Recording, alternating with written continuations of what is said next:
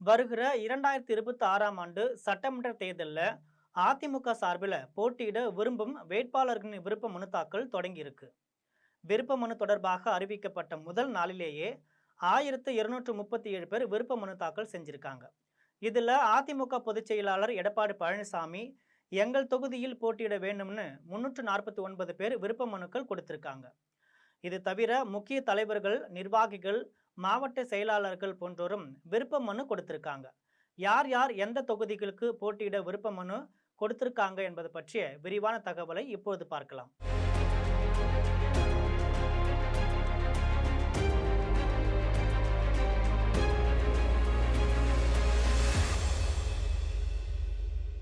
பொதுவாக தேர்தல் தேதி அறிவிக்கப்பட்ட பிறகுதான் அரசியல் கட்சிகள் தாங்கள் தொண்டர்களிடமிருந்து, நிர்வாகிகளிடமிருந்தும் விருப்ப மனுக்கள் பெறுவார்கள். ஆனால் இந்த முறை 3 மாதத்திற்கு முன்பாகவே அதிமுக, அன்புமணியின் பாட்டாளி மக்கள் கட்சி, காங்கிரஸ் உள்ளிட்ட விருப்ப மனுக்கள் தொடர்பான அறிவிப்பை வெளியிட்டிருக்கு.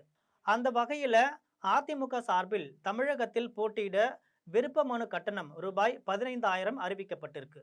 புதுச்சேரியில் விருப்ப மனு கட்டணம் 5,000 ரூபாயாக அறிவிக்கப்பட்டிருக்கு.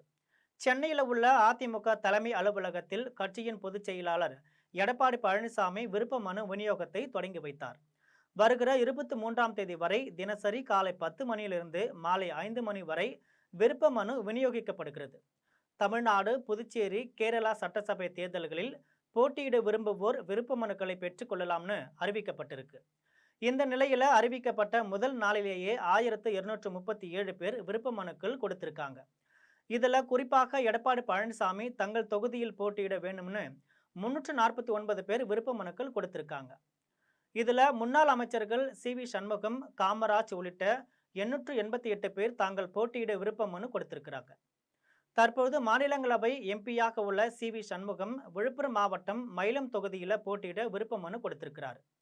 முன்னாள் அமைச்சர் மாதவரம் மூர்த்தி மாதவரம் தொகுதியில் போட்டியிட மனு கொடுத்திருக்கிறார். அதிமுக எம்பி தனபால் மதுராந்தகம் மற்றும் செய்யூர் தொகுதியில் போட்டியிடுவதற்காக அவரது மனைவி காயத்ரி தனபால் விருப்ப மனு அளிச்சிருக்காங்க. வேளச்சேரி மேற்கு அதிமுக மாவட்ட செயலாளர் எம்.ஏ. மூர்த்தி வேளச்சேரி தொகுதியில் போட்டியிட விருப்ப மனு கொடுத்திருக்கிறார். விழுப்புரம் மாவட்ட அதிமுக தகவல் தொழில்நுட்ப பிரிவு செயலாளர் எஸ். கோகுல்ராஜ் வானூர், திண்டிவனம் ஆகிய தொகுதிகளில் போட்டியிட விருப்ப மனு கொடுத்திருக்கிறார்.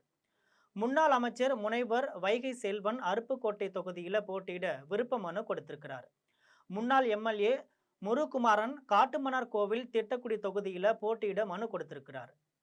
புதுக்கோட்டை தெற்கு மாவட்ட அதிமுக செயலாளர் பி.கே. வைரமுத்து திருமயம், அறந்தாங்கி தொகுதிகளில் போட்டியிட வேட்பு மனு கொடுத்திருக்கிறார். மாநில மருத்துவர் அணி இணை செயலாளர் ப. சரவணன் மதுரையில் 10 தொகுதிகளில் ஏதேனும் 1 தொகுதியில் விருப்ப மனு கொடுத்திருக்கிறார். முன்னாள் அமைச்சர் காமராஜ் நன்னிலம் தொகுதியில் மீண்டும் போட்டியிட வேட்பு மனு கொடுத்திருக்கிறார். இதில் அதிமுக மூத்த தலைவர்களில் ஒருவராக இருக்கும் சி.வி. சண்முகம் முன்பு விழுப்புரம் தொகுதியில் போட்டியிட்டு தோல்வியடைந்தார். இந்த நிலையில் தற்போது விழுப்புரத்திற்கு பதிலாக மயிலம் தொகுதியில் போட்டியிட அவர் விருப்ப மனு கொடுத்திருக்கிறார். சி.வி. சண்முகத்தை பொறுத்தவரையில் விழுப்புரம் தொகுதியில் கடந்த 2011ஆம் ஆண்டு மற்றும் 2016ஆம் ஆண்டு ஆகிய 2 சட்டசபை தேர்தல்களில் போட்டியிட்டு வெற்றி பெற்றார். ஆனால் அதன் பிறகு நடைபெற்ற விழுப்புரம் சட்டசபை தேர்தலில் சி.வி. சண்முகம் தோல்வியடைந்தார். இதனால தான் சி.வி. சண்முகம் தற்பொழுது மயிலம் தொகுதியை தேர்ந்தெடுத்திருக்கிறார்.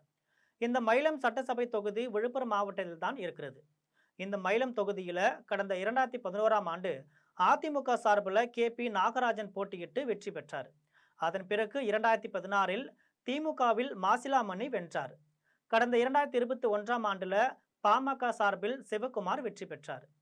மயிலம் தொகுதியில் வன்னியர் சமுதாயத்தை சேர்ந்தவர்கள் அதிகம் உள்ளனர். சி.வி. சண்முகமும் வன்னியர் இனத்தை சேர்ந்தவர். இந்த நிலையில தான் அவர் வன்னியர் அதிகம் உள்ள மயிலம் தொகுதியை தேர்ந்தெடுத்திருக்கிறார்னு தகவல் தெரிய வந்திருக்கு. இது போன்ற அரசியல் பின்னணி செய்திகளை அன்றாடம் தெரிந்து கொள்ள ஜெம் தொலைக்காட்சியுடன் எப்பொழுதும் தொடர்பில் இருங்கள். நன்றி, வணக்கம்.